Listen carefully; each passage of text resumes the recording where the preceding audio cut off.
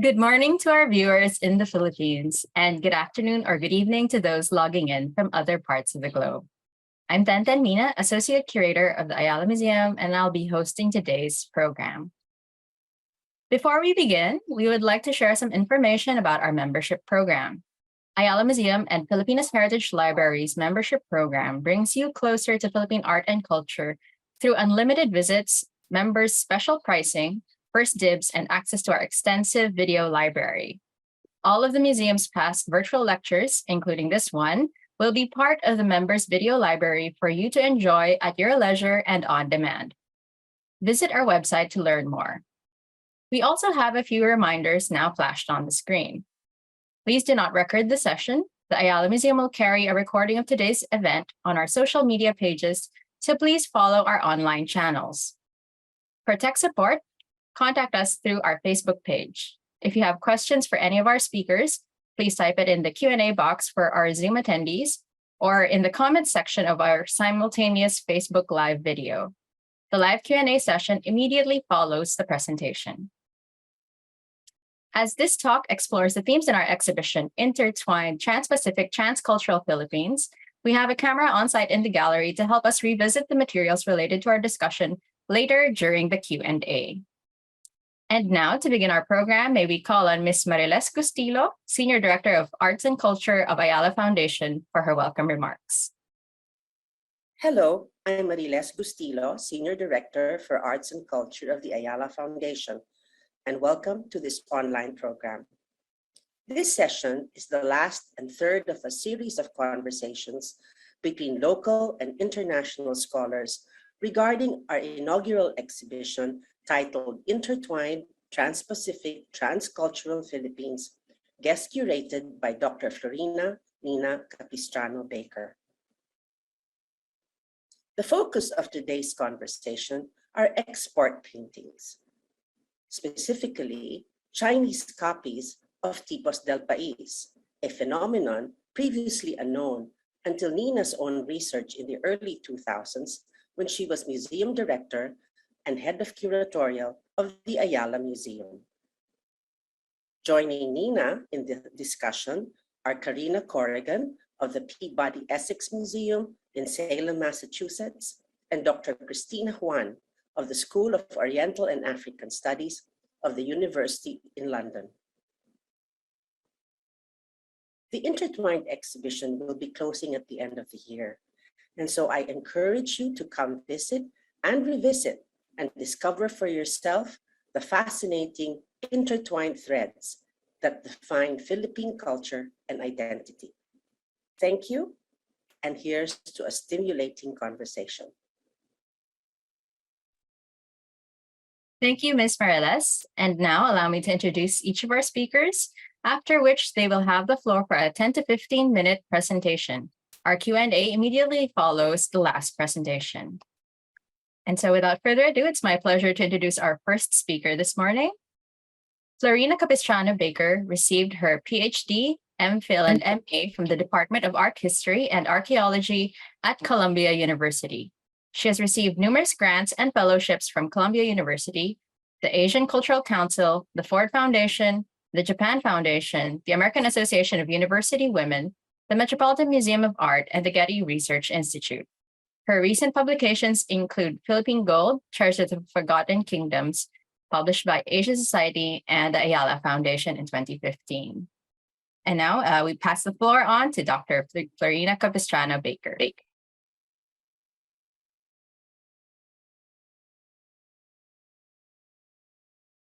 Thank you for joining us. This conversation is meant to expand on the section of the exhibition that showcases the material culture of entangled empires, referencing the intersecting interests of the Spanish and British empires and the early American Republic. I will open the conversation with a brief overview of my previous research on Chinese copies of Philippine originals and conclude with some new insights gleaned from a recent visit to the Victoria and Albert Museum in London to examine the fourth copy of Damian Domingo's original album at the Newberry. The title of my talk is A Hierarchy of Replicas, 19th Century Chinese Copies of Philippine Originals. In 2004, I published a previously undocumented phenomenon of Chinese replication of 19th century Tipos del Pais by Filipino artists Damian, Domingo, and Justiniano Asuncion in the book entitled Multiple Originals, Original Multiples, 19th Century Images of Philippine Costumes, released in conjunction with the exhibition of the same title that I curated at the Ayala Museum in 2004.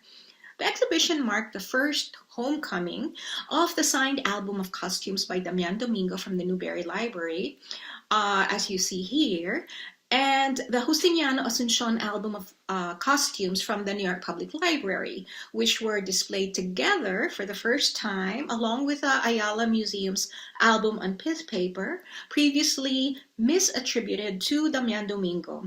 This attribution has since been rectified based on the unexpected discovery that they are, in fact, Chinese copies. Moving this previous research forward, my talk today examines divergences in quality, style, and materials that reveal an intriguing hierarchy of Chinese replicas of Philippine originals. In 2001, I was authorized to hand-carry the Ayala Museum's album of 31 watercolors depicting Philippine peoples, costumes, and occupations to the U.S. to compare side by side with two other albums traditionally attributed at the time to Damian Domingo, one in Chicago and the other in New York.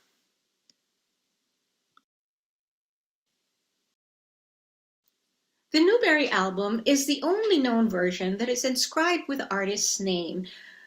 Damianus Dominicus Pinxit, or Damian Domingo painted this, is neatly inscribed in ink on the bottom right of every painting.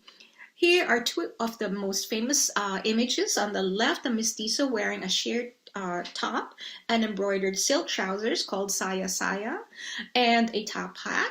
And on the right, a mestiza wearing a sheer embroidered blouse, translucent veil, and a colorful long skirt with a dark overskirt.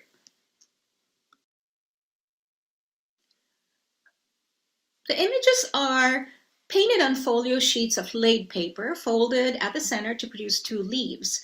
Laid paper has a grid pattern created by the wires on the paper mold used in its production. Since I wasn't allowed to photograph the pages at the Newberry, here's a similar 19th century laid paper folio with watermarks showing the printer's name and date on the left and a crest watermark on the right. So this is not the paper. I'm showing you because it's very similar. On the Newberry paper, the watermark on one side says Harris 1817, and on the other side is a crest. 1817 could refer to the date of production or the founding date of the paper mill, consistent with the approximate date of the paintings circa 1820s.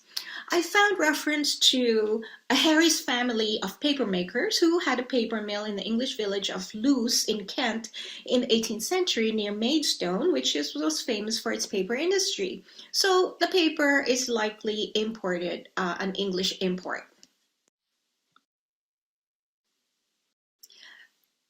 The album's title page identifies the artist Damian Domingo and the patron Rafael Daniel Babon.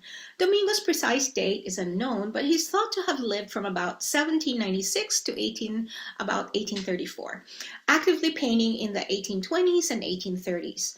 The patron, Rafael Daniel Babon, or spelled Baboom in the subsequent copies, is said to be an Armenian merchant from Madras, whose possible ties to English merchants in Manila I've explored in a previous paper.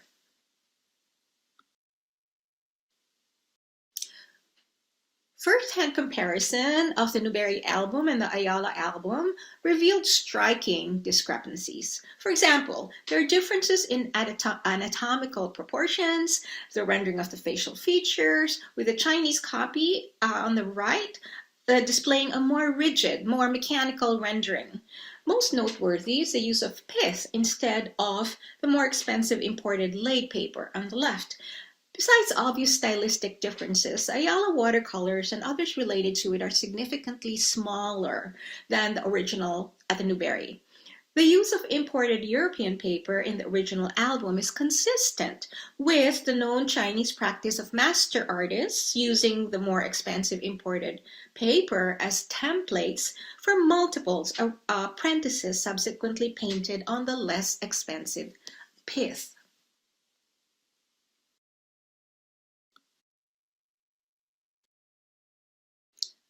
Pith on the right is technically not paper at all, but hand manufactured by spirally cutting the pith of the Tetrapanax papyriferum, endemic to southern China. The surface of this material has a distinctive cell-like structure, as you can see on the right, which holds pigments differently and makes them more brilliant. We've seen how laid paper in the middle has a grid pattern created by the metal paper mold during manufacture.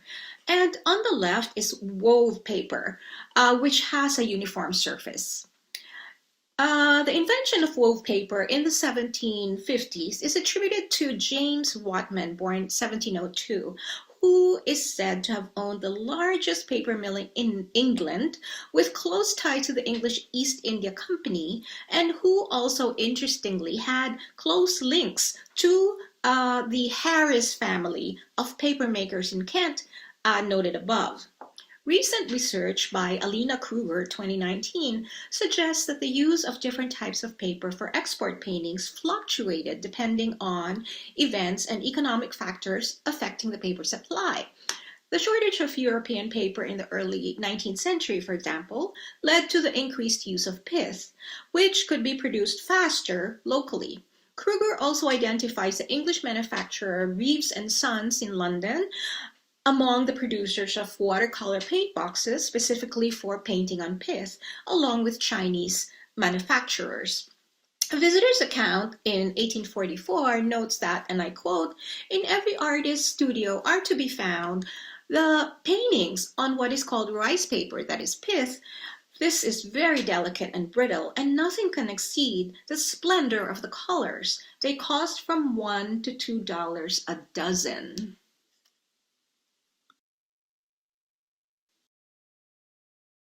In contrast, all of the watercolor paintings by Justiniano Asuncion and their Chinese copies that I've studied in person are on wove paper, likely because wove by this time had become the preferred paper for watercolor artists due to its smooth texture.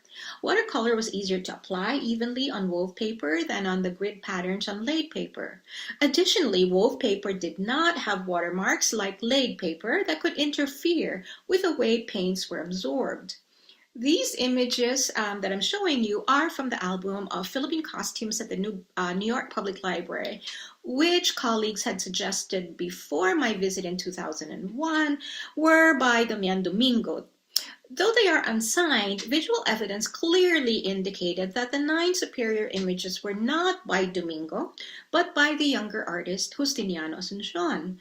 The album's title page notes that, and I quote, "These figures were painted for the sake of the costumes by a native artist of Manila for M. Sodden, Esquire of Bath, in the year 1841 or 1842, 9 in number, the other 4 by an inferior artist, the former being ill." Though painted about 20 years after Domingo's album, many of the figures are informed by Domingo's earlier works. On the left, for example, is one of the most well-known images by Asuncion, depicting a well-dressed mestizo wearing a sheer embroidered shirt and a top hat. On the right, an inferior work by an unknown artist that was bound in the same album. Clearly based on an earlier work by Domingo, the disproportionately small head, hands, and feet suggest that different parts of the figure may have been painted by different hands, a common practice in Chinese workshops. Justiniano Asuncion's Mestiza on the right is similarly informed by Domingo's Mestiza de Manila on the left. Though not identical, we see a similar concept at play in two very different painting styles. Note also the different texture and relative flatness of Domingo's earlier painting on the laid paper on the left, in contrast to Asuncion's crisp colors, contours, and volume on wove paper on the right.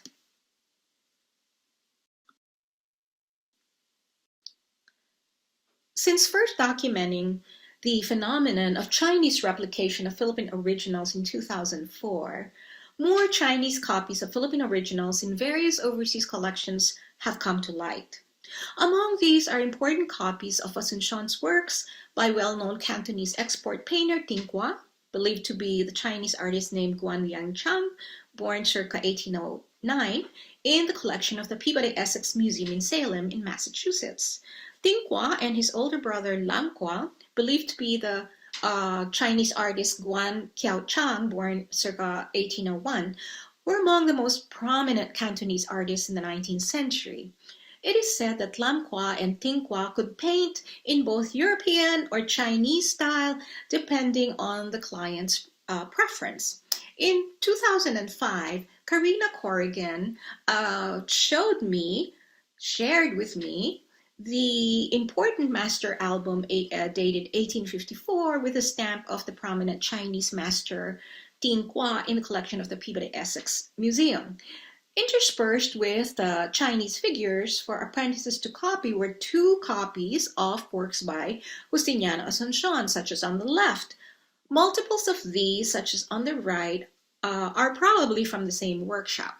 Note that Tingqua's version of Asuncion's work on the left is closer to the Asuncion style, while the multiple on the right more strongly reflects a Chinese hand, demonstrating how master artists were more skilled than others in imitating foreign styles. In 2006, then librarian Julie Melby alerted colleagues Clayton Kirking and Edward Sullivan to a previously unknown and heretofore unpublished group of Tipos del Pais in the collection of the Harvey Firestone Library at Princeton University, which the three of us visited together. The Princeton collection includes 16 images of Philippine costumes, with 4 inscribed Por Justiniano Asuncion Año de 1843, the same time frame as Asuncion watercolors 1841 to 1842 at the New York Public Library. 12 other images by unidentified artists occur alongside the Asuncion originals. On the left is a signed Asuncion watercolor depicting a male figure in 3/4 view. The figure is well proportioned despite its unusual pose.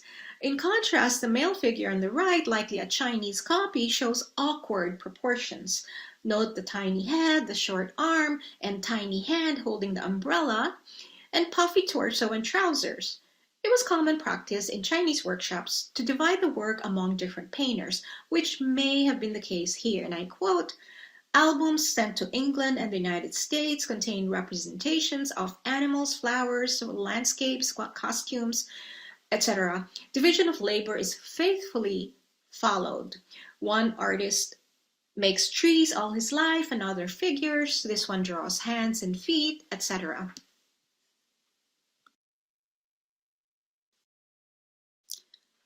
The 4 signed works at Princeton include the popular mestiza images, such as on the left.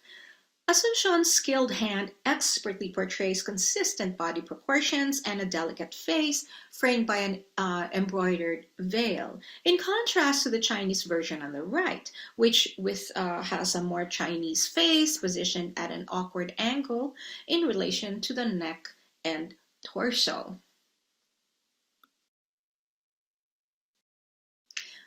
The ongoing exhibition, Intertwined Transpacific Transcultural Philippines, builds upon the previous Multiple Originals exhibition and makes available to a Philippine audience for the first time examples of Chinese copies on loan from the Peabody Essex Museum. So hurry over to Ayala Museum if they haven't already, or visit again before the exhibition closes on December 31st.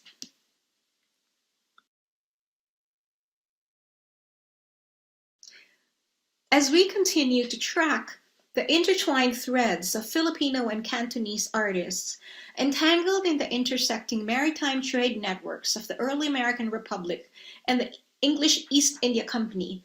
A timely visit to London in September enabled me to finally view in person, and with great excitement, another album on pith paper, similarly misattributed to Damian Domingo in the Victorian Albert Museum.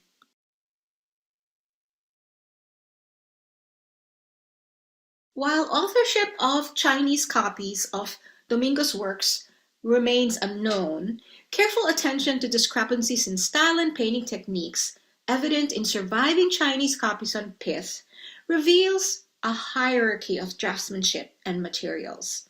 These differences are most evident when comparing the V&A watercolors to the original Damian Domingo album in the Newberry Library on the left and the pith paper copies in the Ayala Museum on the right. The V&A figures, such as in the middle, correspond to those in the Ayala album, but are on thicker pith and with more brilliant colors than both the Newberry on the left and the Ayala album on the right. Note that these three versions of a mestiza textile vendor opening up her shop are clearly different by different hands. We see discrepancies in body proportions, in the colors, and in the designs on the shawl, different shoes, and other details. Zooming in, the most striking difference is the rendering of her face. While Damian Domingo's original work on the left is in a Filipino colonial style, the naturalistic rendering of the facial features and volumes in the V&A's pith painting in the middle is clearly superior to other pith versions, such as on the right.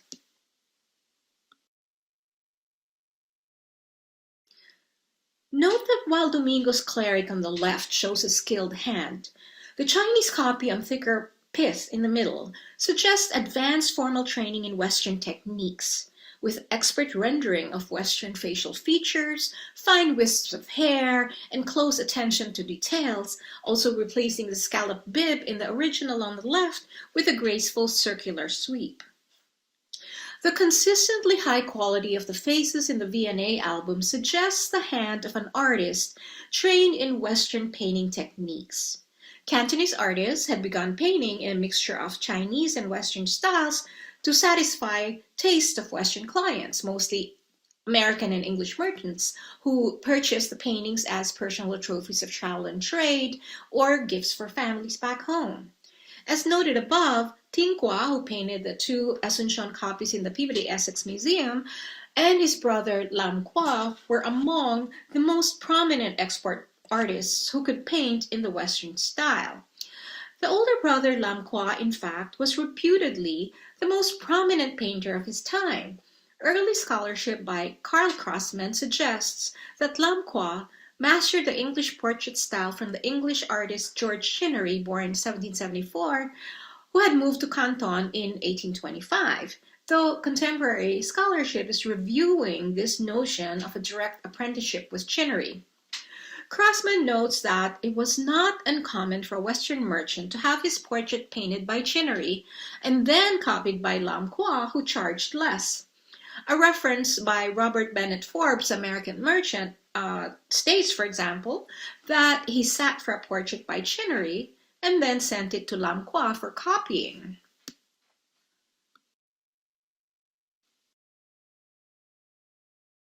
The V&A paintings on higher quality pith would have come from a workshop where the master painter, or perhaps one of his more advanced assistants, was skilled in European portraiture, evident in another replica here of Mestiza by Damian Domingo on the left, replicated on thicker pith in the middle, and thinner pith on the right. Zooming in the three faces, we note Domingo's artistry in the rendering of the face and the diaphanous veil and blouse in the original on the left, though depth and volume are more successfully achieved in the exceptional copy on thick pith paper in the middle, and a more Chinese perspective on thinner pith on the right.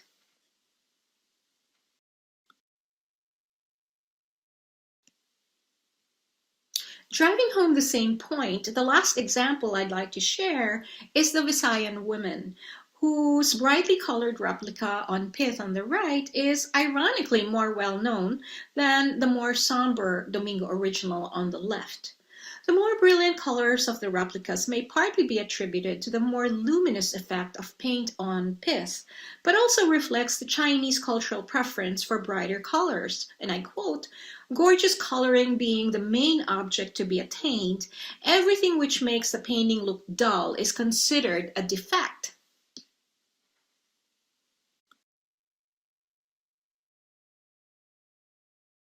I conclude with this exquisite rendering of the Viennese Visayota on the right, with delicate wisps of hair, sparkling eyes, and soft rosy cheeks that depart in style, details, and technique from the Domingo original on top left. The difference in surface quality is also worth noting. A more somber matte finish on laid paper on the top left, in contrast with the luminosity of pith on the right.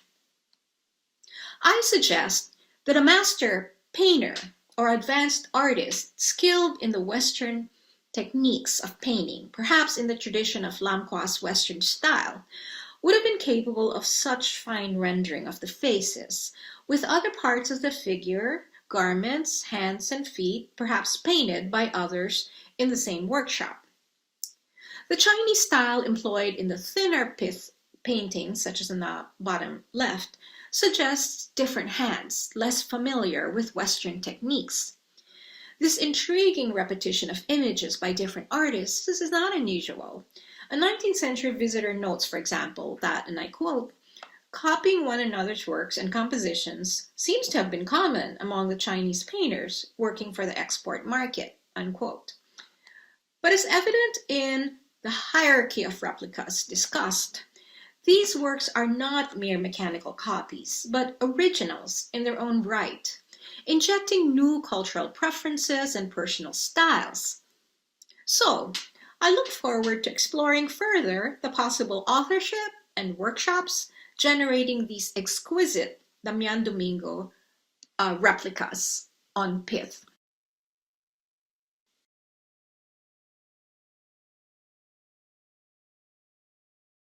Thank you, Dr. Baker, for that very fascinating talk. I think it just shows how our appreciation of art, although informed by the aesthetics of an object and an understanding of the history, the historical context of it as well, can also be benefited by a better understanding of the technical analysis of the materials used during the time of production of an object.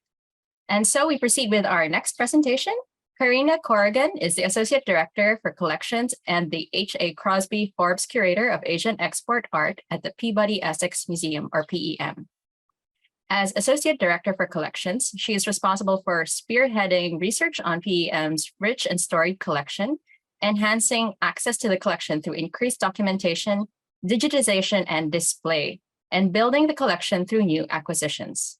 In her curatorial practice, she oversees the largest and most comprehensive public collection of cross-cultural art from China, Japan, and South Asia. She has organized 10 changing exhibitions drawn from the PEM's notable collections, including Asia in Amsterdam, The Culture of Luxury in the Golden Age, co-organized with the Rijksmuseum, and most recently, Power and Perspective, Early Photography in China, on display at the PEM from September 24 to April 2 of next year. Corrigan received a 2020 Award of Excellence from the Association of Art Museum Curators for her work on PEM's Sean M. Healy Family Gallery of Asian Export Art in 2019. In addition to her professional work, she serves on the board of the American Friends of Attingham and Friends of Nalamdana. Corrigan received her BA in Art History and Medieval Renaissance Studies from the Wellesley College, an MS in Historic Preservation from the University of Pennsylvania, and an MA from the Winterher Program in American Material Culture. Ladies and gentlemen, Ms. Karina Corrigan. Good morning, everybody. Good evening, wherever you may be. I'm so delighted to be back here speaking remotely at Ayala. My fervent hope is to actually get to the museum at some point. I certainly was hoping to come for this exhibition, but COVID put a wrinkle in that plan. I think, could we have the next slides, please? But I will say, even though I was not able to get to Manila, I was so happy that works from our collection were able to be, I think, can we have the next slides? That works from our collection were able to be in the exhibition. And obviously, Dr. Baker has talked about these kinds of images. And what I thought I would do for us this morning is talk a little bit more broadly about the context in which these Chinese copies of Philippine works were made. Could we have the next slide? This is a very large watercolor that provides a panoramic view of Guangzhou, the port city of Guangzhou, in about 1800. This was painted by a Chinese artist, but very much in a Western style and almost certainly for a Western patron. Here we see the port city in all its expansiveness, but right here in the, and I'm going to put on my timer so I don't talk too long. Right in the center are these small white facades of buildings. This very narrow stretch of land along the Pearl River was known as the foreign factories or hongs. And from about 1750 until the 1840s, this is the only place in China that any foreigner would have been allowed to live and work. And so this was an incredibly confining area, but to my mind, also one of the most cosmopolitan places in the world in the early 19th century, because you have merchants from all over Europe and the Americas. You have Chinese merchants, you have Parsi merchants, all congregating in this one place. Certainly to make a lot of money, but they also brought back wonderful souvenirs of their time in China. Next slide, please. Certainly, Dr. Baker has talked about many of these early 19th century copies, but we really are seeing Chinese artists in Guangzhou making works of art for foreign clientele as early as the first quarter of the 18th century. We have an album at the Peabody Essex Museum that is documented in Europe in the 1730s. That is a watercolor album. But we're also seeing artists in the 18th century in China painting and reverse painting on glass, another a European technique that they are adopting. And this reverse painting on glass on the left is of a Marseille merchant who was in Guangzhou in the late 18th century. We believe this to be by an artist who was known to foreigners as Spoilum. Wonderfully, this survives in its original carved and gilded frame, also made by Cantonese craftsmen. So it looks very much like a Western frame, but indeed was made by a Chinese craftsman. And on the right is a watercolor from a set of 100 watercolors of Chinese professions, many different kinds of professions that would have been visible to foreigners in Guangzhou. And here we have a Chinese painter who is working in reverse painting on glass, this very technique. And I particularly wanted to point this out because we can see that the artist is painting on the back side of a piece of glass, but he's using a European print that has been tacked up in front of him as the source material for the work that he's creating. Next slide, please. Here is a closer view of those foreign factories or hongs in Guangzhou, and this is from about 40 years later. And I will say, I want to thank publicly the registrars at the Peabody Essex Museum for working so hard to get the works of art from PEM's collections to Manila and the Ayala. They were simultaneously working very hard to get this painting to the ambassador's residence for the American ambassador's residence in Beijing. Two very challenging projects on any day, but particularly during COVID was especially challenging. So in this closer view of the foreign factories, we can see the Western style facades of these buildings, but I particularly wanted to point out a little narrow doorway about halfway between the American flag and the left side of that composition. And that is leading to one of the 3 side streets that foreigners had access to while they were in China. Next slide, please. And here's a much closer view of one of those side streets, the watercolor on the left. And here we see one of the many shops available to foreigners on these 3 streets. The shop on the left is selling hats, and the sort of more subtle shop on the right is a very storied residence. This is the workshop of Tingqua. Dr. Baker mentioned Tingqua. The image on the right is a self-portrait of Tingqua. And obviously, as you can imagine, it's particularly rare to have a representation of an artist working in China in the early 19th century. Both of these are in the Peabody Essex Museum's collections. The Tingqua principally worked in oil on canvas.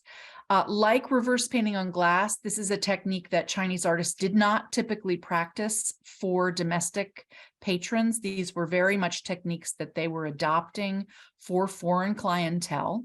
And Tingqua was particularly known for working in oil on canvas. What I particularly love about this representation of him, he's not represented himself painting. He's wearing a very expensive robe. This is a fur robe, probably made from seal skins brought by American traders from the Northwest coast to China to pay for all the tea and the silk and the porcelain and other luxury goods that they were wanting to bring back to the United States. Next slide, please. Here are 2 works by Tingqua. The one on the left is probably a self-created composition. This is of Moqua, one of the Chinese Hong merchants, the merchants who were working directly with foreign patrons, foreign merchants in Guangzhou. But the one on the right I thought was more relevant for our conversation today. And this may be an image that is familiar to many of you. Next slide, please. It is, of course, a copy of Ingres' famous Grand Odalisque painting, a very large painting now in the collections of the Louvre in Paris.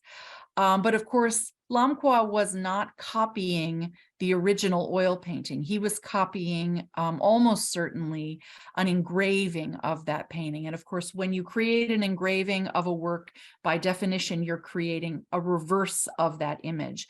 And you'll see that Tingqua's beautifully painted oil on canvas is a direct copy of the image we're seeing in this engraving. Next slide, please.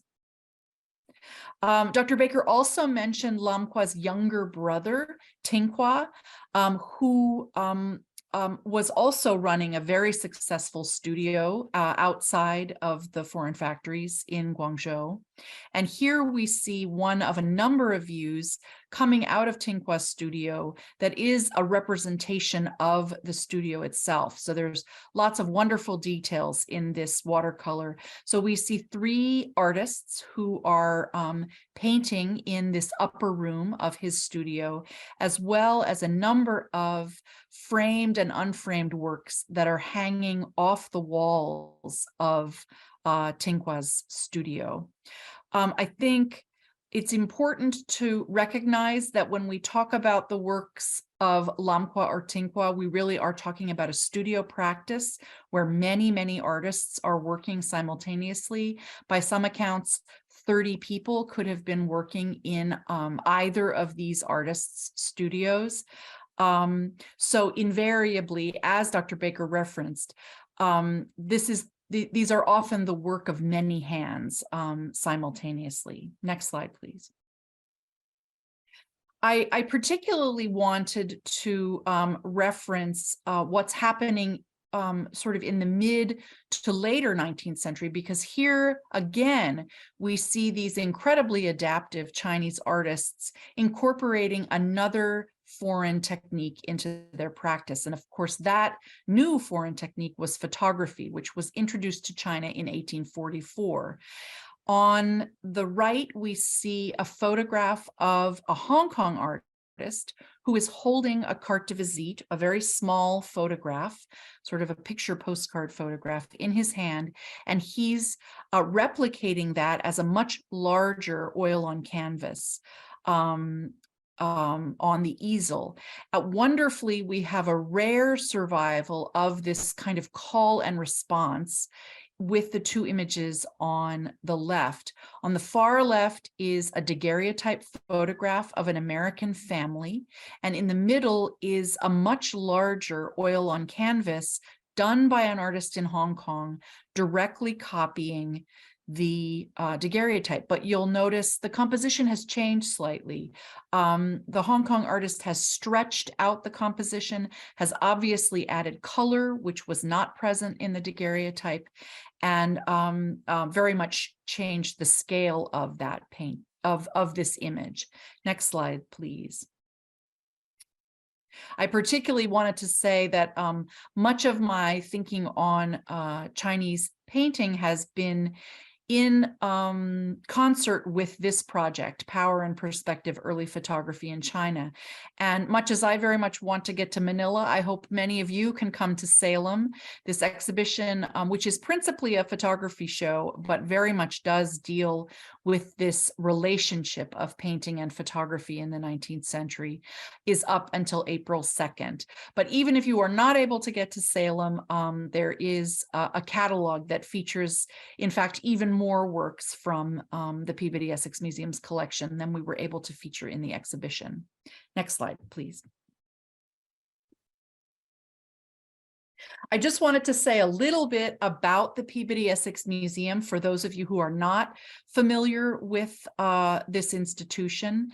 The Peabody Essex Museum is the oldest museum in the country. It was founded in 1799 as a marine society for ship captains. And in order to belong to this society, you had to have sailed beyond the Cape of Good Hope or Cape Horn. So these were very intrepid mariners who headed out the moment that Americans were allowed to trade directly with the rest of the world, with the signing of the Treaty of Paris and the end of the American Revolution. Prior to that, Americans were forbidden to be trading directly. We had to connect with the world via Mother England. So these mariners are literally going all over the world. And I will say Salem is a sleepy suburb of Boston now, although we have, I will say, just recovered from the chaos that is Halloween in October here in Salem, but normally a sleepy suburb. But in 1800, Salem was the wealthiest city per capita in America, and all of that was due to global trade. And that global connection is truly evident in the collections of the Peabody Essex Museum. There are about 3,000 objects from those very early collections from 1799 to about the 1820s from around the globe. They form the core of what is now a collection of over 800,000 works. So I invite you to come and visit us at some point. Next slide, please. I did want to take my few remaining moments to talk much more specifically about Salem's direct ties with Manila. And certainly American ties with the Philippines are very strong, but there is no stronger tie than between Salem and Manila in the early 19th century. This is a work by Lozano. There is a companion to this on display right now in the Ayala. This is a wonderful, incredibly charming and unusual form of painting practiced in Manila in the early 19th century, where we see these views of landscapes as well as the name of a person who has commissioned this. And here we have the name of Charles D. Mugford, who was a son of Salem, who spent a great deal of time in Manila in the early 19th century. And he founded the first steam-powered abaca fiber factory in Manila.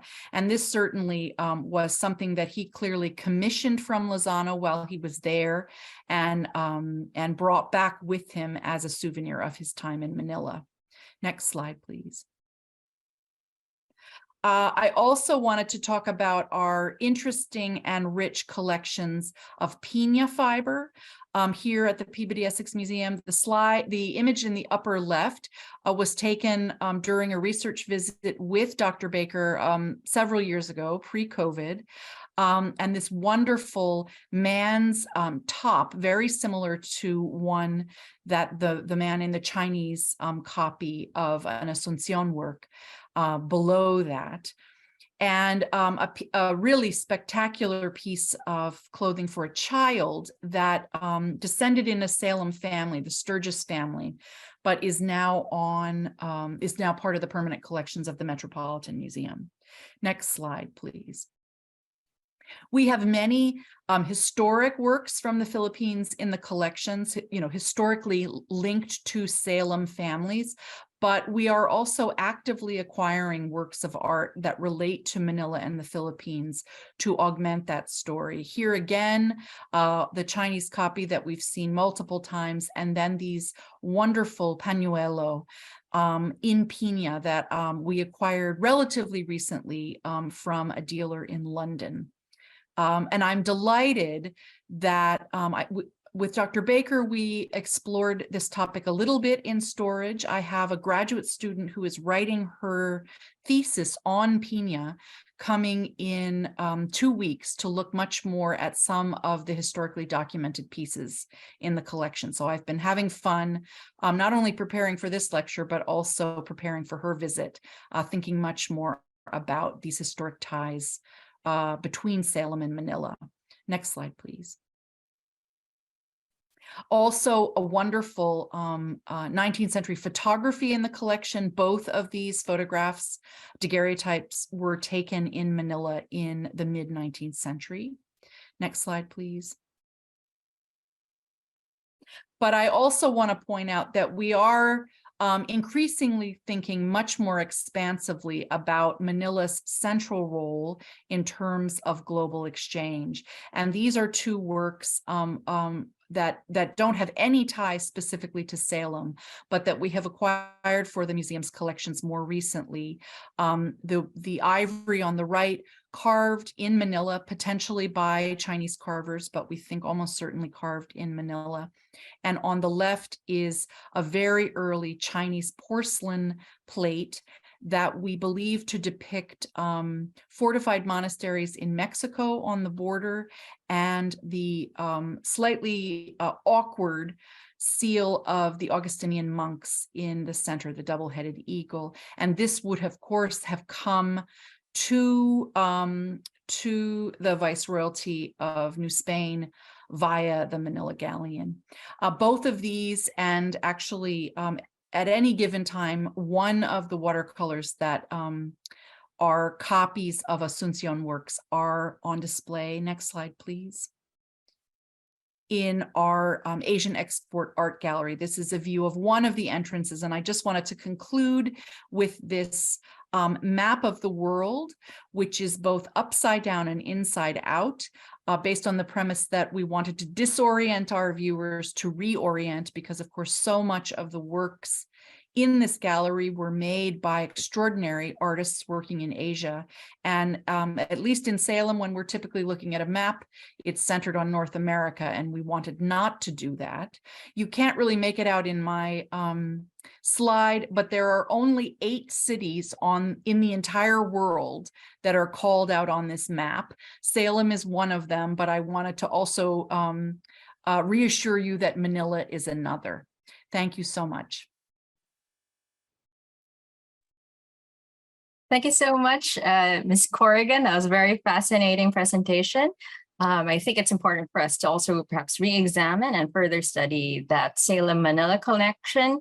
And in line with that, we encourage all of our participants today who are in Manila to visit the Intertwined exhibition. And if you're in the US, please also visit the Peabody Essex Museum.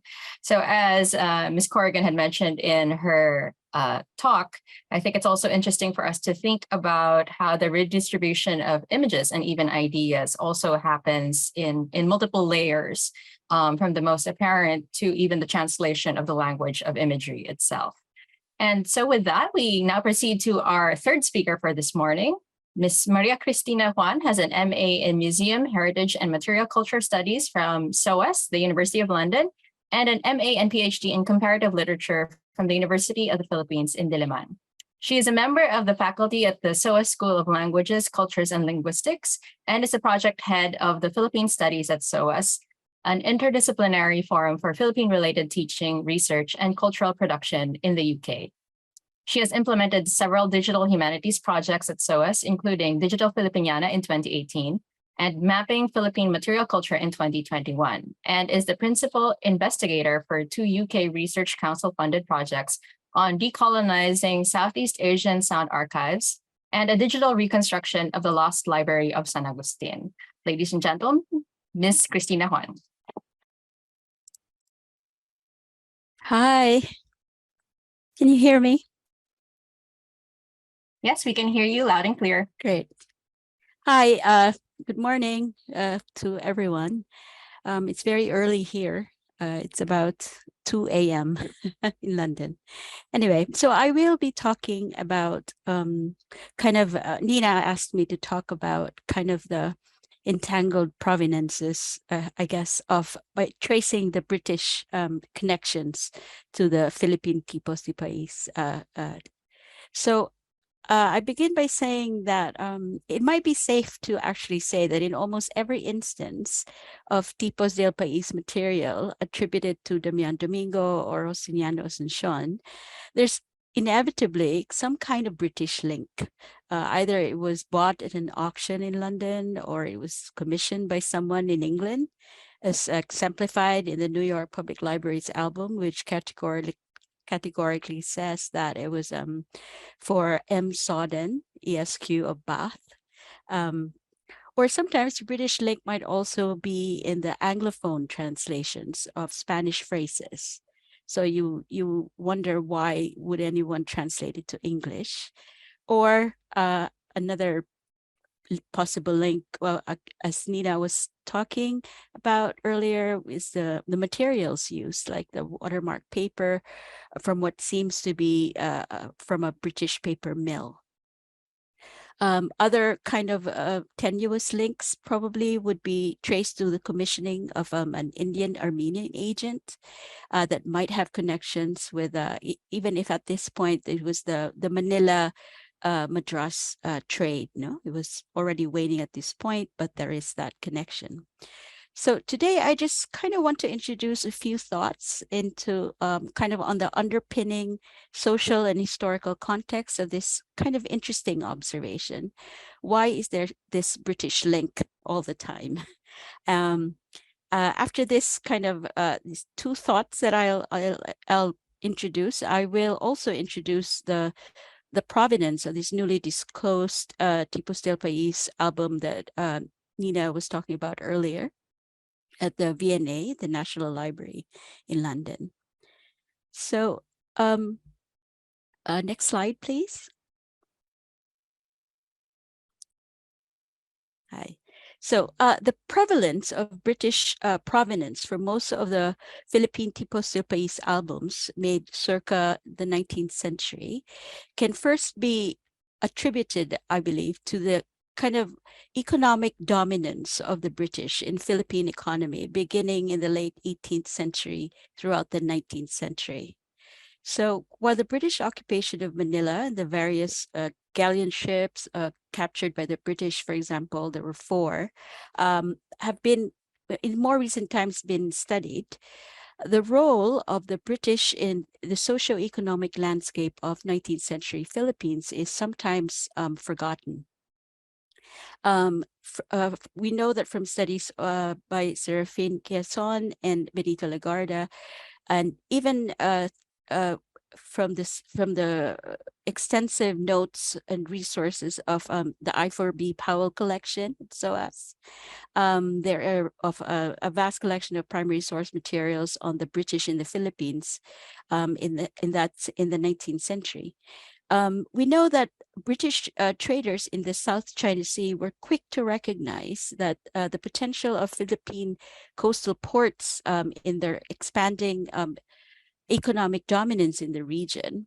They could see as early as the 17th century that there was this very lucrative country trading, as we know, by sailing ships under false colors of Armenians or other Asian nations.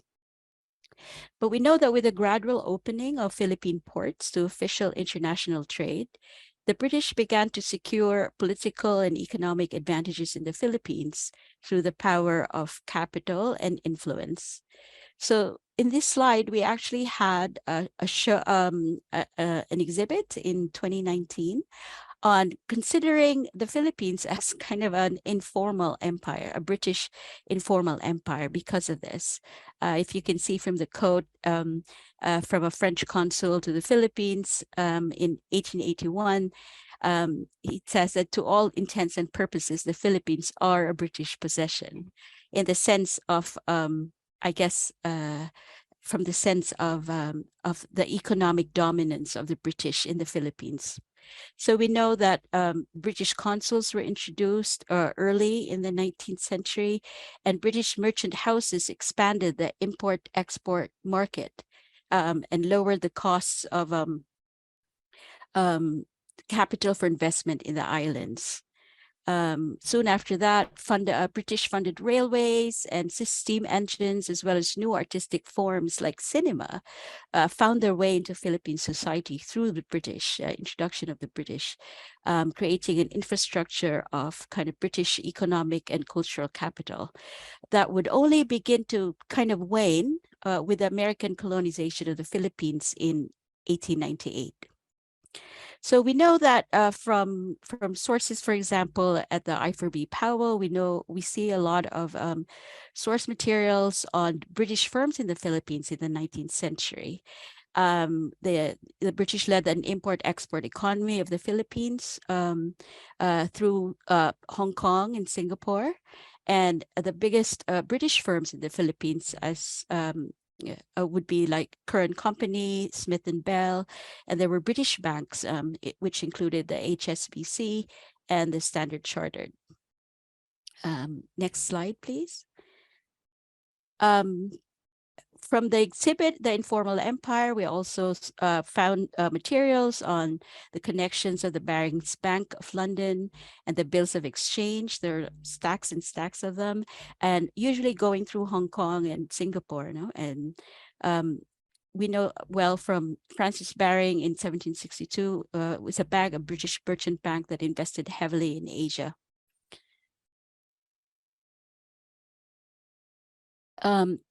And we know that even the leading American firms in the Philippines, like Russell and Sturgis and Pell and Hubble, use Baring's bills of exchange for capital in their Philippine. Going back, the first attempt of the East India Company to trade with the Philippines was the visit of the Seahorse to Manila in 1644. So initiated by the president of the council in Surat, Francis Breton. The Seahorse arrived in Manila with cargo consisting of cotton piece goods.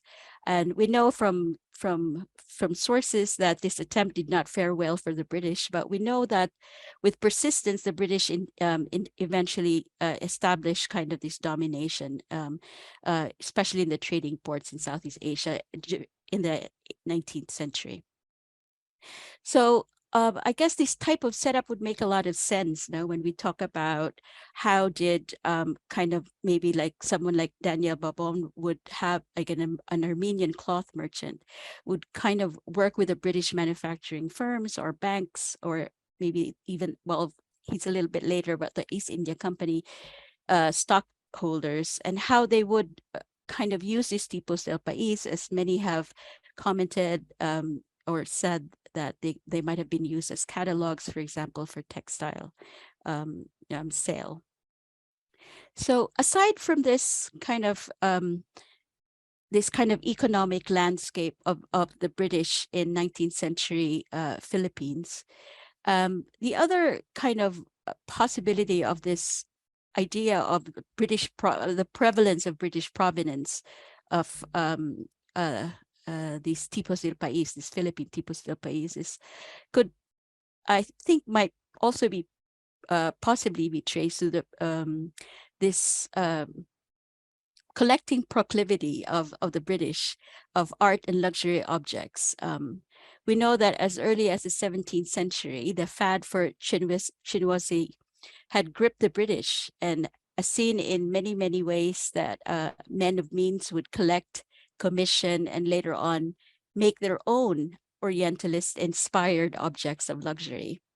So we know that as early, for example, next slide, please.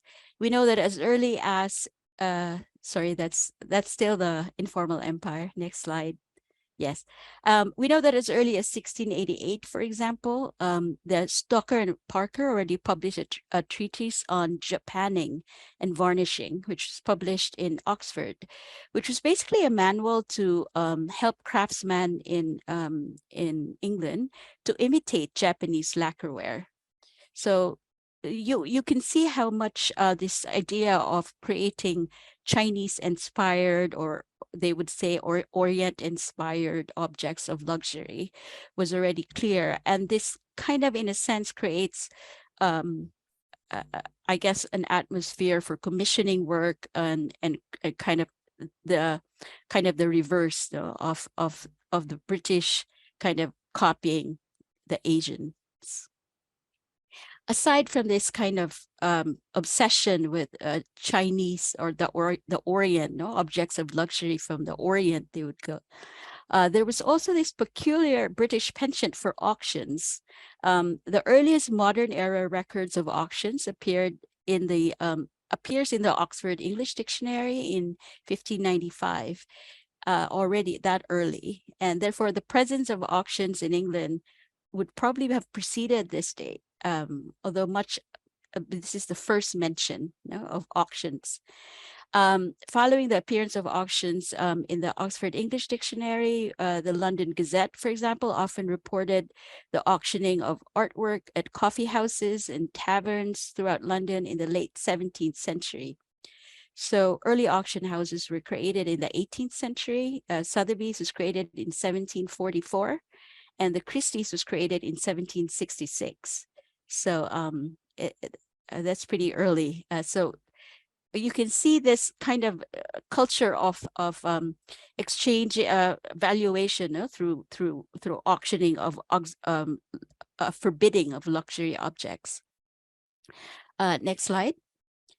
You can see, for example, this is a picture of a Christie's auction room. Just a depiction of an early depiction of Christie's auction. Next slide. You can see also, for example, that like for Alexander Dalrymple, who's famous for being the Governor General of the Philippines, very briefly during the British occupation of Manila in 1762, his penchant for auctions also came through because we know that, for example, the entire library of San Agustin was auctioned off during the occupation and was sold to Santiago Orandain, and Alexander Dalrymple then bought the most of the collection. And then we know that when he died, he auctioned off a lot of his, his estate auctioned off the books that he had. And there was so much of it that there were like 24 days of auctions of his vast book collection. And included in that auction was the Manila manuscripts taken from the San Agustin Library in 1762. So this is a book of a catalog of all the materials that were auctioned off. Next slide. Another famous example that exemplifies this British tendency to collect, keep, and then auction off objects is the story of the Boxer Codex, the famous Boxer Codex.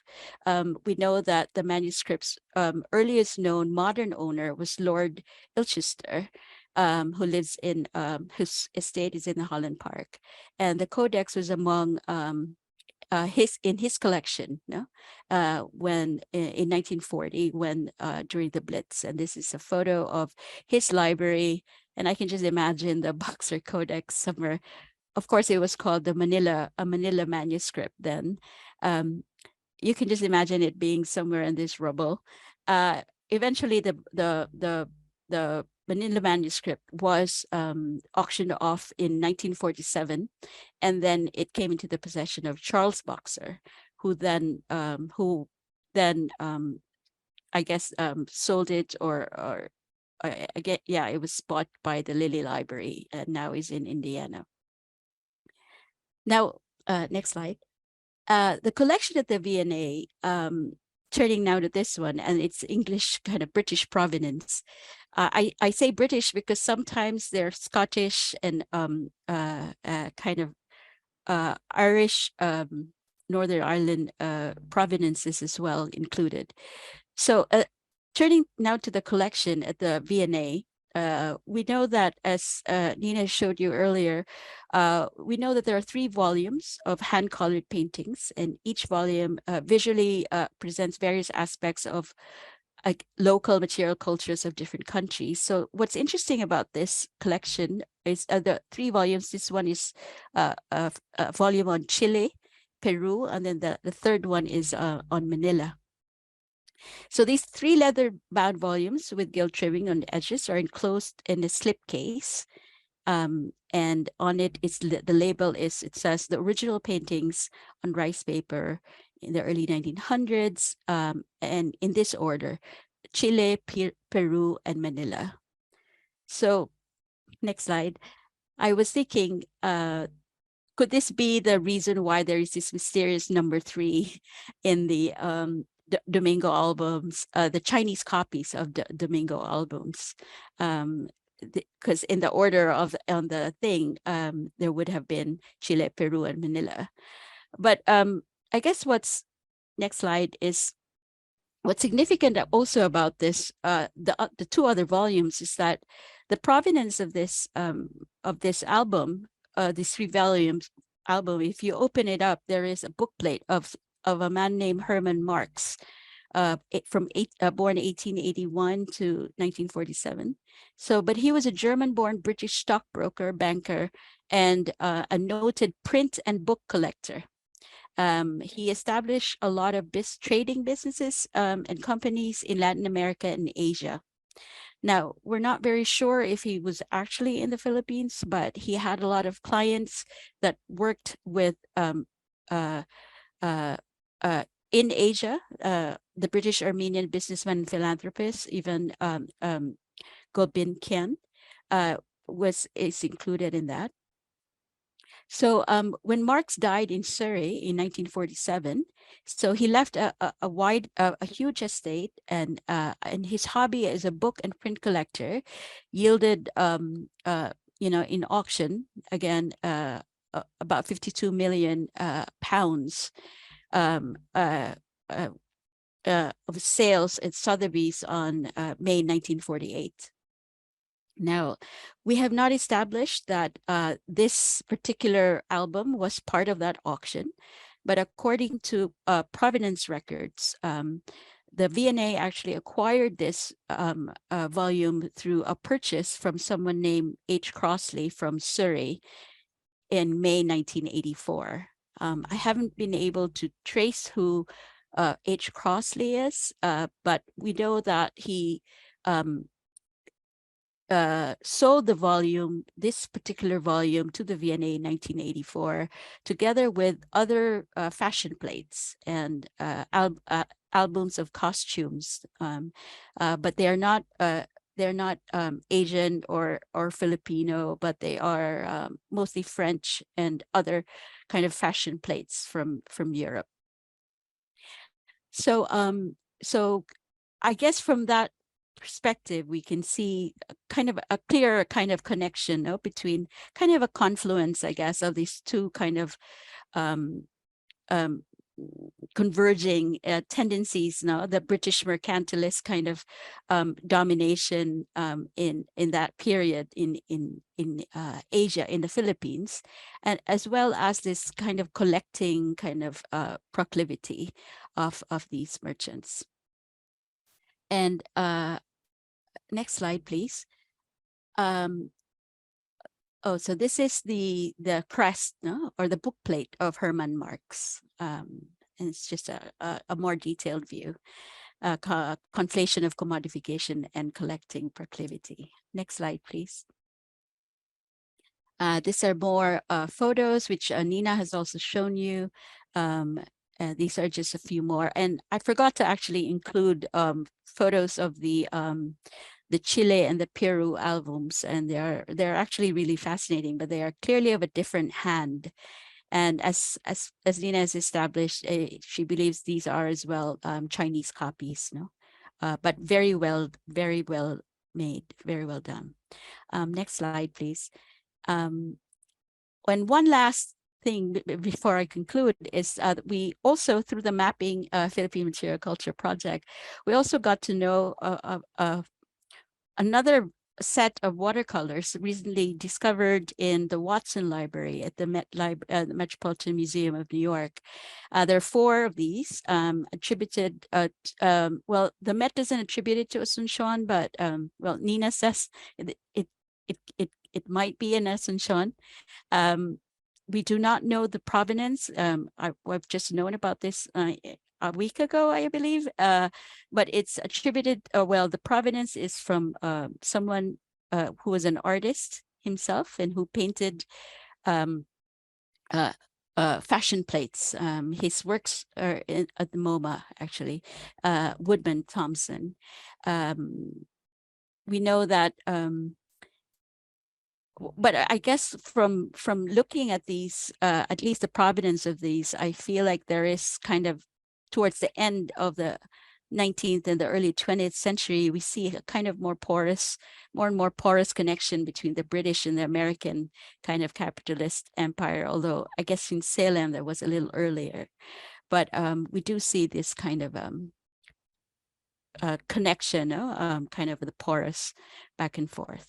So I'll just end with this one last slide.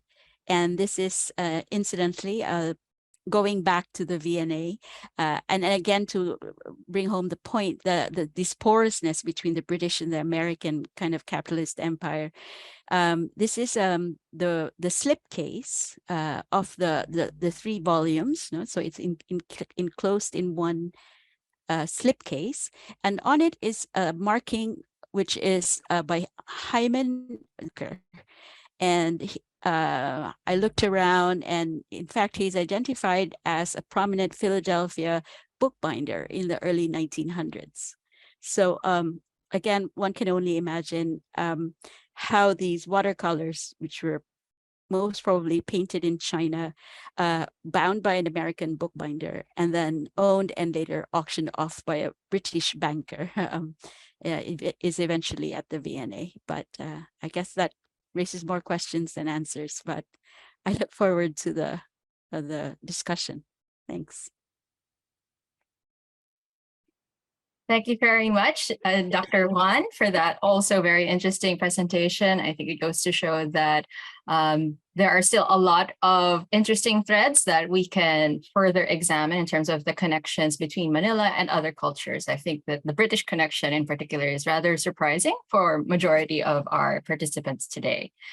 And with that, may we invite all of our speakers to join us on the floor, as we will be opening our Q&A session. So in preparation, as we are bringing everyone back on screen for our Q&A, perhaps we can just do a quick recap. So the first presentation by Dr. Florina Capistrano-Baker looked at the paintings from a new perspective, of course, re-examining her own research initiated in 2004, followed by Ms. Corrigan's presentation on the connection between, or rather the context of the production of these multiple copies of Chinese painting by Chinese painters. And of course, we just listened to Dr. Christina Juan's very fascinating presentation on the British connection to Manila as well. And so may we ask if perhaps any of our panelists would like to perhaps react to your colleagues as we are currently collating and reviewing all of the questions that are still coming in. Well, first of all, I'd really like to thank profusely my colleagues, Karina Corrigan and Christina Juan, for joining me here. And as I was listening to your talks, I was kind of floating in heaven. And it's like they're talking about the things that I'm interested in. This is so wonderful. And it brought back memories, Karina, of our conferences in the past on the Manila Salem trade. So that was really a treat. And I think I do have a lot of questions, and I'm sure the audience will have a lot of questions about the environment, in China with these various export painters and what the reason was. I'm already seeing questions about why did the Chinese imitate these Damian Domingos to begin with? Who were the patrons? Who were they targeting? So there's a lot of that, I think, ahead. And Christina, I loved all the background information you gave about the British connections. And yes, Tenten, you mentioned that it's a surprise for a lot of people that there's this close English connections. And that's something that's been forgotten. I think when we started exploring the connections between Manila and Salem, that was so exciting for me. And then now we're going into this next level where with Christina organizing these conferences on the British occupation of Manila and all of that. And I'm looking at my material and I'm going, but there's that British connection too. And it hasn't been explored as well, because somehow the British, the early American trade networks were somehow, intertwined with the English East India Company as well.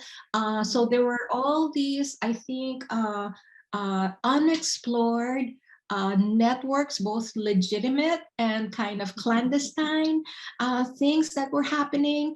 And at first, when I was doing this research, I thought, oh, my link is really the New England trade. Like these Chinese copies are going to, to the New England merchants. And then it's like, wait a minute, they're all in England. How did they get there? And then you have this other layer that's so fascinating. So I thank you so much for joining us today and being open to answering questions from our public, who I think are sending about 100 questions for us to answer. Can I just ask one question to Christina about the Dalrymple sale? Are there works of art in that sale, or is it only a manuscript collection that is in the auction? No, they were all there are maps, lots of maps, but yeah, it's all it's library. According to the London Gazette, it was a very strange library. I don't know why they said it was strange, but apparently it was an annex to his house. It was an actual kind of, and there was like a separate kind of door to it. And yeah, he was considered kind of like a strange, he lived by himself with his a manservant, Pedro Manuel, who was actually Filipino, who was from Ilocos, was brought to England and died in London. But yeah. And I think one of the main goals of the British who were in Manila was really to accumulate knowledge, right? I mean, their their looting, and was deliberately with the Yeah. goal of gaining as much knowledge as possible from Manila to for them to be able to use it to strategize for how they are then going to conduct their foreign policy and gain control. I've been reading some sources also that say this is really the beginning of the British intelligence. That all these trips to Manila to gather information, gather the Murillo Velarde map to figure out how to attack Manila more efficiently. And most of the items that the war booty were included artworks, but most importantly, they included documents and maps and accounts of the Spanish friars. So that's very interesting. Yeah. They're also very interested in the Chinese kind of mission reports. Oh yeah, because they were definitely wanted to get into China. Right. So these early Spanish missionary reports on China. China and the Philippines. So we had a lot of those in the archives, and I think that's what Christina's one of her new projects is trying to reconstruct that San Pablo library that was totally demolished or taken away by the British because of all the information that was stored there, and now we're trying to retrieve all of that information.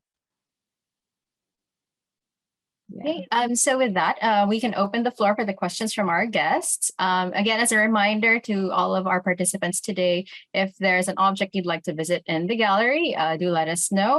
We have a camera on standby that can go around the exhibition for us. And during the conversation, some of our panelists may call on some of our attendees to perhaps share some of their expertise as well. So we might prompt you to open your microphone, but you also have the option to keep your camera off. Now, to get the ball rolling from our questions from our participants, perhaps this was something that Dr. Baker had already mentioned earlier, but there is a question about why did this phenomena of copying paintings happen in the first place, especially the Tipos del Pais, who were the consumers of these kinds of works. And I suppose in relation to that also, why do we consider the Chinese copies inferior? Is it because of their status simply as copies of original creations? So perhaps Dr. Baker, if you could get your feedback. That's a very interesting question. I'd love to hear Karina's thoughts also. But let me start 2 parts to the question, right? Why did it start to begin with, and why are the copies considered inferior? So they began with, I guess, economic reasons, like a quote that I gave earlier that it wasn't unusual for a merchant to have Chinnery or some expensive painter do a portrait and then take it off to Tingqua or an export painter to make a cheaper copy. So it could be, the Chinese had more painters than Manila. In Manila, we only have, a few well-known painters. We have Justiniano Asuncion, we have Damian Domingo, we know of Lozano, but I think with those workshops in China, they could mass produce and they were highly trained and they had manpower to do it.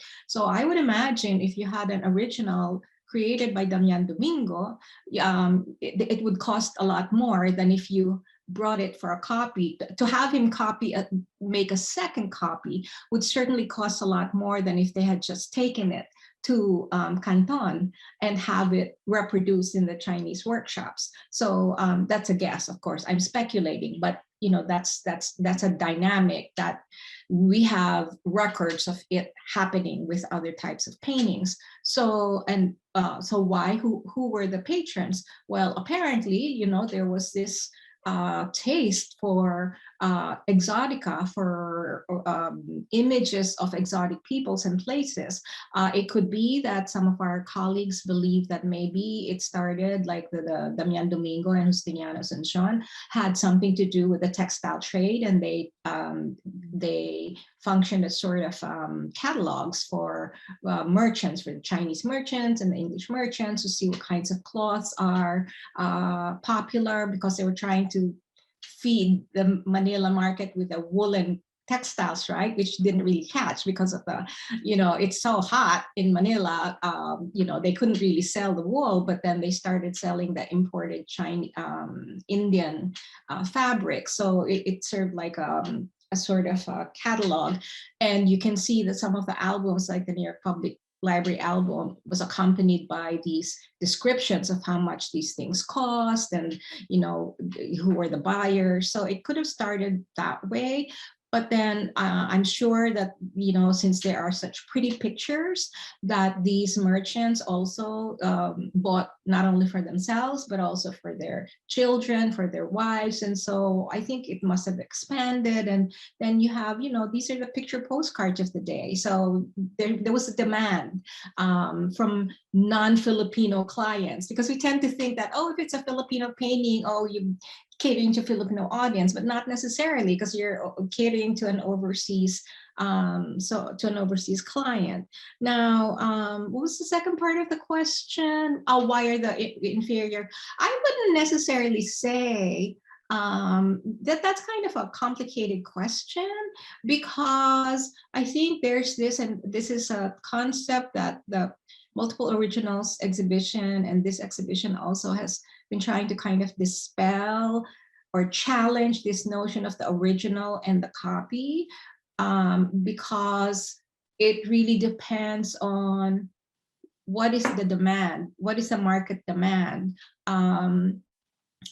Is it a desire for for an original just because it's original, even though a subsequent iteration of it might be superior in artistry? That's a dilemma there. So which has more market value, the original painting or a subsequent copy that somebody else might think it looks better? So it's kind of a difficult question, I think, to answer. So I'm going to pass that over to Karina to answer for me. Well, yes, I would refute the inferior, because I think each work is its own thing, and we have to look at it for both what it is in and of itself, but then also its relationship to other things. I think the other thing that I suspect I did not articulate fully, obviously, many of the Chinese copies that are on display in the exhibition are framed works of art. But I think at least the Chinese watercolors did not begin as individual works that you would frame. They would have been in albums. And you mentioned the signed album by Tingqua, which is still intact. And that has so many different kinds of things. It has views of the gardens of Hong merchants. It has views of the emperor and empress, very stylized, of course. This is 1854. It has mythical gods and goddesses. It has beautiful flower paintings. It has insects. And I think one of the things that I've often been struck by, because we have not historically talked so much about Manila, is that all of those boats that are coming from Salem and headed to China, almost all of them are stopping in Manila. So it's part of that, the journey for these people. And so if you're thinking about these albums as a little bit of not a photo album of your journey, but a record of the very long time frame and effort to get specifically to Guangzhou to buy all your tea and silk and Mhm. porcelain. Manila is a significant portion of that journey. Mhm. I was also struck as we were talking, thinking about these ivory carvings that are very often being made in Manila by Mhm. Chinese carvers. Mhm. And I think the signed Tingqua album, we unquestionably know he was painting these Asuncion copies in Guangzhou. But I think it's also not inconceivable that there are Chinese painters working in Manila who are literally Mhm. copying not something that has been imported, but something that was made around the corner by a Filipino artist. Mhm. We do know that there were Chinese artists and carvers working in Manila with strong family ties to family members in southern China, in Guangzhou. So there are all these interconnections, even back then. So yeah, Christina, do you want to? Yeah, I was also thinking like, like the VNA albums are so brilliant, like the colors are so, and It if in was fact amazing. it's amazing, right? Yeah. If in fact it was a catalog of some sort, or so it really depends on what it was for. And if it was that brilliant, it would have sold a lot more stuff just I'm because sure they it look sold so for amazing. more. I'm sure it sold for more than No, I mean it would have thinner, sold more textiles because they were just so beautifully done. more textiles. Right, right, So right, so right. in terms of value, I mean, who's to say what's more valuable, for as long as it kind of achieved its purpose. Right. And that's also why I titled my talk A Hierarchy of Replicas, because it's always assumed that, oh, it's a replica, then it's inferior, which isn't Yeah. necessarily the case, because some replicas can actually be superior to the original. I mean, it happens also in contemporary art, where you start with an artist and a knockoff could actually be more creative than the original. I mean, all these copies happen throughout history. There's really nothing that's completely original. Everything comes from something previous and built upon. So yeah, so that value judgment, I guess it's more personal. It's a matter of personal taste and what the market wants. Mm. So in relation to that, we do have a couple of questions about Damian Domingo. Of course, we also know that context-wise, Damian Domingo also has these mixed origins as well, no? So the first question perhaps we can read out is that how can we attribute the faithful duplication of the works of Damian Domingo, if possible then? And in relation to that, I suppose the other question is, did Damian Domingo himself ever paint on pith? Which raises the question, was pith available anywhere else outside of China? That's really intriguing. And I'd like, again, Karina, to confirm or refute my knowledge of this. I have not seen any painting by Damian Domingo signed on pith. Right? There's only one indisputable Damian Domingo. It's on laid paper, which is an earlier version of wove paper. So earlier paintings are always going to be on laid paper. You can't have like wove paper before the 1750s, I think, because wove paper only, was being used by the 1750s. So, so his painting was on laid paper. But the really intriguing thing is all the copies that we know of Damian Domingo's works are all on pith. And it could be that because of the earlier date than the Justiniano Asuncion, I'm assuming that the pith paper copies of Damian Domingo are sort of contemporaneous, right? So probably 1820s, 1830s. And I believe this is the time that there was a shortage in paper and pith was more commonly used. And perhaps that's the reason why all of the copies of Damian Domingo that we've ever encountered are on pith, whether it's on the thicker pith or on the thinner pith. They're always in pith. I have never seen a copy of Damian Domingo in any other type of paper. On the other hand, all the Justiniano Asuncions, and this is later, right? This is 1840s. We're going to 1840s, 1850s by now. All the Damian Domingo paintings are on wove paper, and all the Chinese copies are on wove. And Karina, correct me if I'm wrong. Well, my memory of that album of Tingqua was wove paper, and the other, or at least it wasn't laid paper. Whatever other paper it was, it had even texture. It did not have the laid grid. Yeah. And the loose copies of Justiniano, the loose versions from the workshop, they were also plain. So because if you're reviewing the literature, supposedly the use of pith paper kind of declined in the later 19th century. And this was when Justiniano Asuncion was painting. So the pith kind of, became unpopular. But the question of, wait, did we ever get pith paper in the Philippines? Not that I know of, but what's really interesting that I recently consulted this dissertation, a master's thesis by Alina Kruger. Are you familiar with that? No. Karina, 2019, I just came across it, and she did this really thorough study of pith. And apparently, I'm losing my thread of thought. Why am I alluding to this?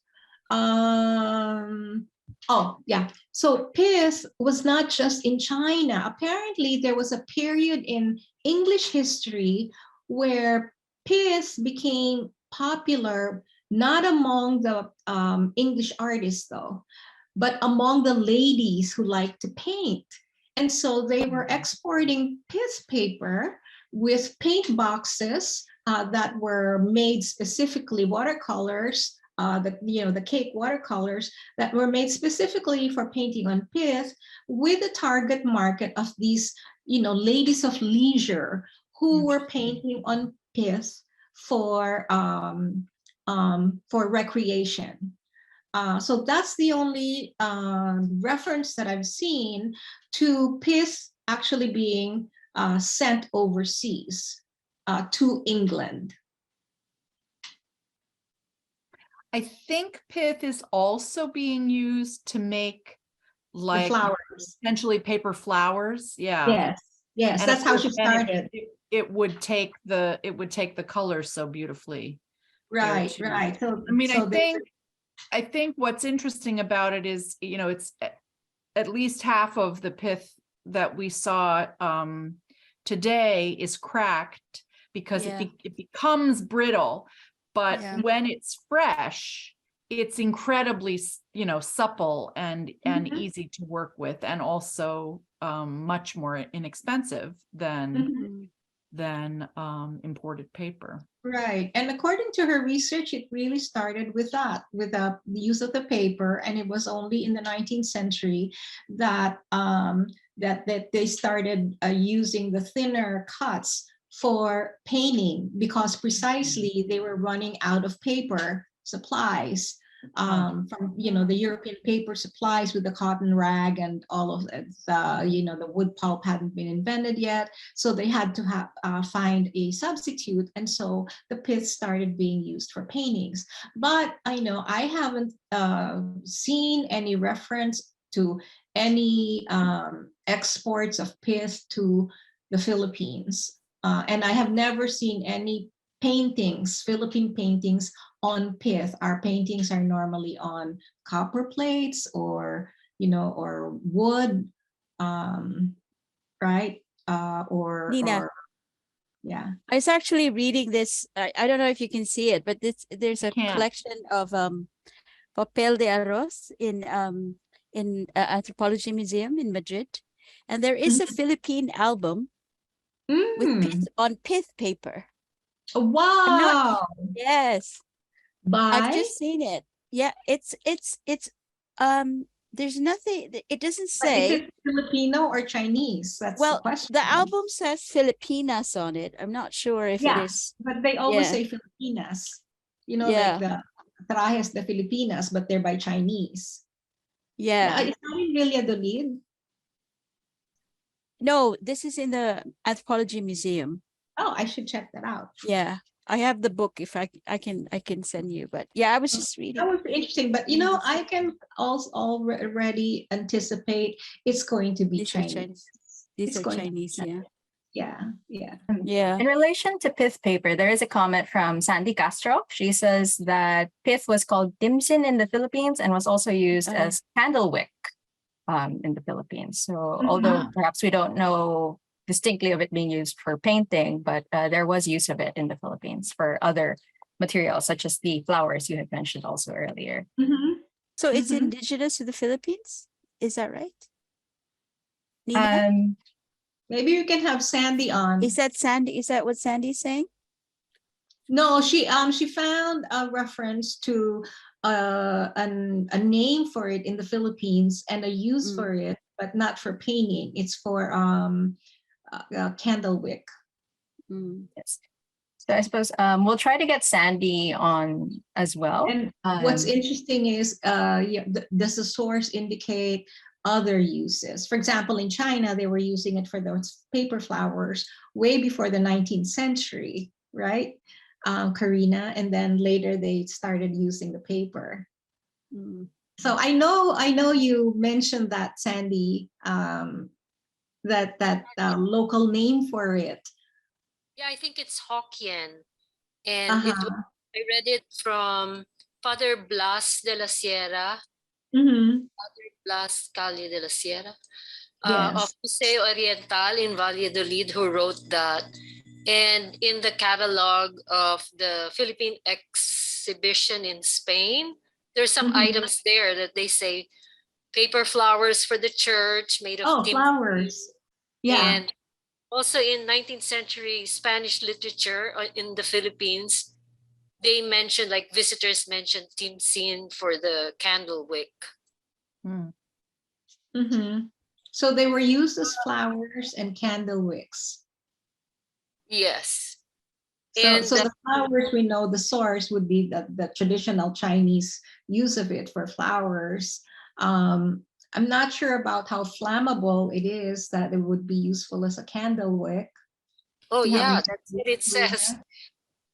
In fact, it's funny because one of the Spanish writers, actually a military man, was talking about his first night in the Philippines when he was brought to his bedroom and he was warned about fires and earthquakes. Be careful that the timsin does not, if there's an earthquake, be careful that the timsin doesn't touch your window. We're gonna have a fire.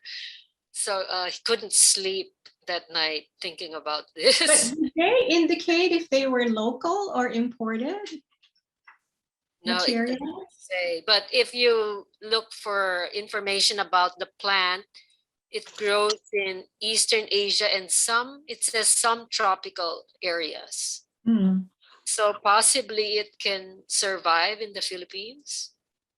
Yeah, supposedly it's endemic to southern China. And then there are all these different theories, though. It depends on who you're reading, like Kruger saying, oh, because there were so many, the population from southern China moved to Taiwan, and so they brought it with them, and so that southern Taiwan has it too. But then she has a different name for it. It's Tong Kao. No, it's called tongkao in, when they make the paper flowers. The scientific name, apparently the scientific name, Tetrapanax papyriferum, also went through changes. Like it's the same plant, but they kept changing the scientific name. So it's a little bit confusing. And then they have all these different types of different versions of the local name. So in her paper, she refers to it as tongkao, So whereas other sources would say it's kung shu in China, and in Taiwan it's called kung shu. So we have kung shu, tongkao, and tinsin that we need to kind of figure out So I was just wondering if the ahead. album of Paulino Que has actually been examined as to the medium. We'd have to ask permission from Paulino Que. I saw it. I saw it when it was exhibited at the Metropolitan Museum when it first came home.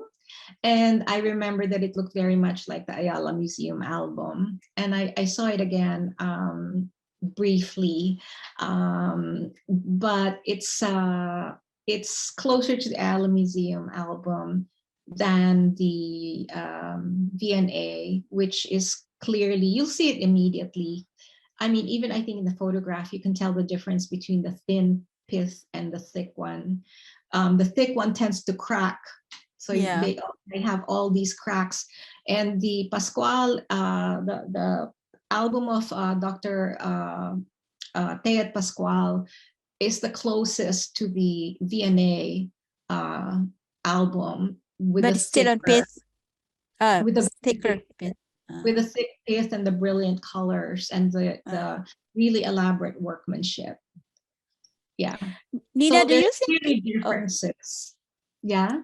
Do you think it's also because of the ribbon around it? Because it seems to be kind of, is that why it's cracking? Or no, those ribbons no?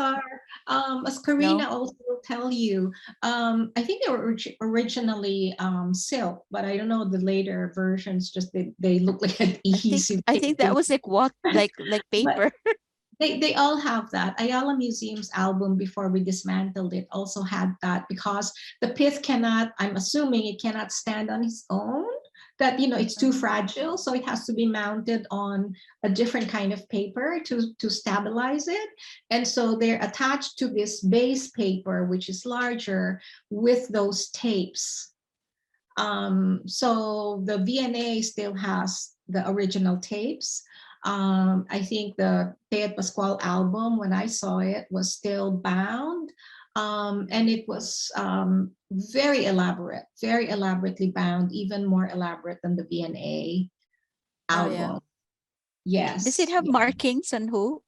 On like, does it have a book plate or? He had an inscription of the Duke of, you know, some aristocratic, some royalty who owned it, which I can't remember now. Okay. Right, but that is now on loan in a museum in Singapore. Can I just add something? Because there's a book about the Damian Domingo collection of Paulino Que, right? Yeah. Yes, The that World came of out when it was exhibited at the Met. Yeah, and in that book it says there are some handwritten notes in English, and they refer to the textiles that were used in the costumes. So it's kind of related to Christina's talk about British provenance. It'd be interesting if he would if you would show it.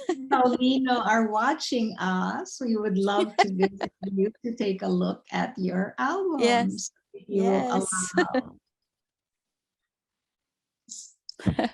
So are we ready to open to our general public?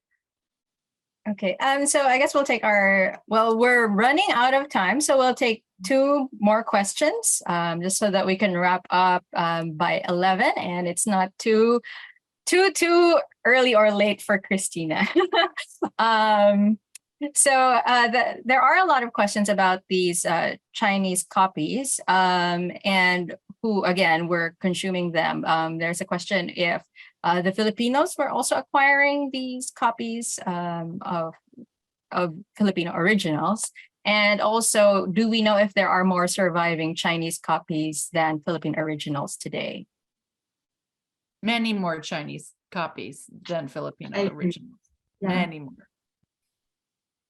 It was a huge industry. There's only one original, you think, Nina, for the Damian Domingo?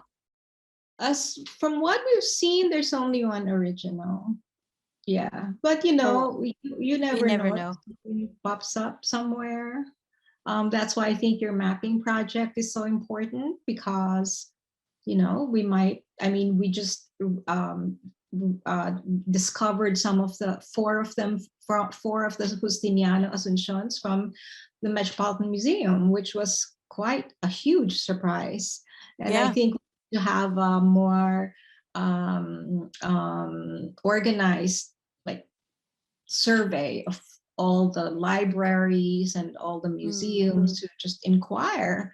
And I think we've been limiting ourselves to the museums, and then this is hiding out in the library, of course, you know. Because it's So considered a print. right, Sometimes right, it's classified as a print. right, or a book. Yeah. Mm. So I was lucky with Karina because she had it. Like I went to the museum, and it was in the museum. It's part of the museum collection and not in the library, because I don't think I would have thought of going to the Phillips Library. Yeah. Although it's interesting, it's not of Philippine subjects, but there still are quite a number of pith paintings that are in the Phillips Library collection, not in the museum collection. Okay, yeah. So I will be seeing you again. Yeah. Soon. So there is also a question with regards to the prints which are on loan from the Peabody Essex Museum. So after the exhibition at Ayala Museum ends in December, will these objects be shipped back to Salem, and will they be on display? Are there plans to display these objects? Well, I just want to say they're not prints, they're original watercolors. As I mentioned, we have one example. We have a number of these watercolors of Philippine subjects, but because they're gouache, so they're more stable than they're an opaque watercolor, so they're more stable than sort of a British watercolor would be. But the paper itself is light sensitive, and so we rotate all of our works on paper annually. So we've already had 3 versions, and I will say Nina and I were strategizing because she had, of the set, she had ones she wanted to come to Manila more than others. So I had initially mapped out the rotations so that the one she wanted would be definitely off display. And then of course, COVID put a wrinkle in our plans. So that's the long answer to the short question is these will not go on display in the short term. We have 5,000 works on paper by Chinese artists in the museum's collection, and so we only have a handful in the galleries. We have, I think, 3 albums that are always on display, and we're constantly turning pages. And then we also have 3 or 4 other framed works. So there will always be one of these on display whenever you choose to come to Salem, but not all of them on display at any given time. Okay, and I suppose if you're Sorry, in the ma'am? Boston area, so if you're in the Boston area, I think some of our audience are in the Boston area. It's a short drive to Salem. Yes. 45 minutes, right? You can do it. Not even. Our former director used to 30. always say, if you were in the North End, it would be easier to get to Salem, to the Peabody Essex by commuter rail than it would be to get to the MFA. It's a Museum of Fine Arts. It's easy peasy once you're in Boston. Right. And it's a fabulous museum, fabulous, with a new installation, especially of the Asian art by Karina. Yes. So I suppose as a last question, I suppose it's also an invitation for more research for everyone. Do we know if there are any copies available in museums or libraries in Guangzhou? Have we been able to trace existing watercolors back to Guangzhou? So interestingly, there is more in Guangzhou now than there was 20 years ago. Because the museums in Guangzhou are buying back their cultural heritage. But I've been at the Peabody Essex for 25 years. And when I started, this whole genre of painting was not recognized as part of the canon of Chinese painting. It's still a little bit marginalized, but definitely there are people now in China who are getting dissertations on Chinese export painting, for lack of a better way of talking about these cross-cultural exchange works. And museums are collecting them, but there really are no historic collections in China because they were not particularly valued by the Chinese at the time. And they're very much being made for export. So there are lots and lots. And I think, as Christina talks, I mean, the English country house is there. There are all kinds of things that are hiding out in the English country house. And may I actually say, it was in my bio, but I want to make a plug for a program called Addingham, which is a 3-week summer school based on the English country house, based on the phenomenon of the English country house. And it brings together all different kinds of scholars, librarians, art historians, furniture scholars, ceramic scholars, landscape designers, to study 40 English country houses in England. And not that on that trip things would necessarily surface, but I do think there is so much more for us to find hiding away in definitely. In the attic. country house libraries. Yeah. Because wasn't the Pedro Villarde map in the attic of Chiswick House or something? No, Alnwick Castle. Yeah. Yeah. And there was some repair he needed to do, so he took down the heirlooms from that and sold them out. and sold them. Lucky for us. Right. Yeah.